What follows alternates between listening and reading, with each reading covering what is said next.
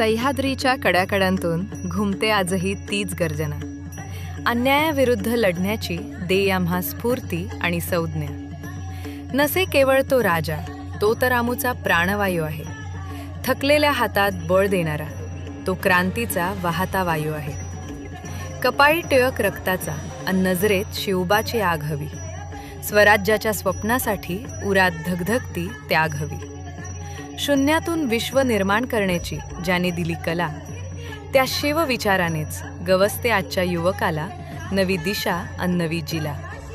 जिथे अन्याय तिथे व्हावे आपण तीक्ष्ण तलवार. परिस्थिती कितीही असो कठीण, करावा बुद्धीने प्रहार. किल्ले झाले जुने जरी, इतिहास आजही ताजा आहे.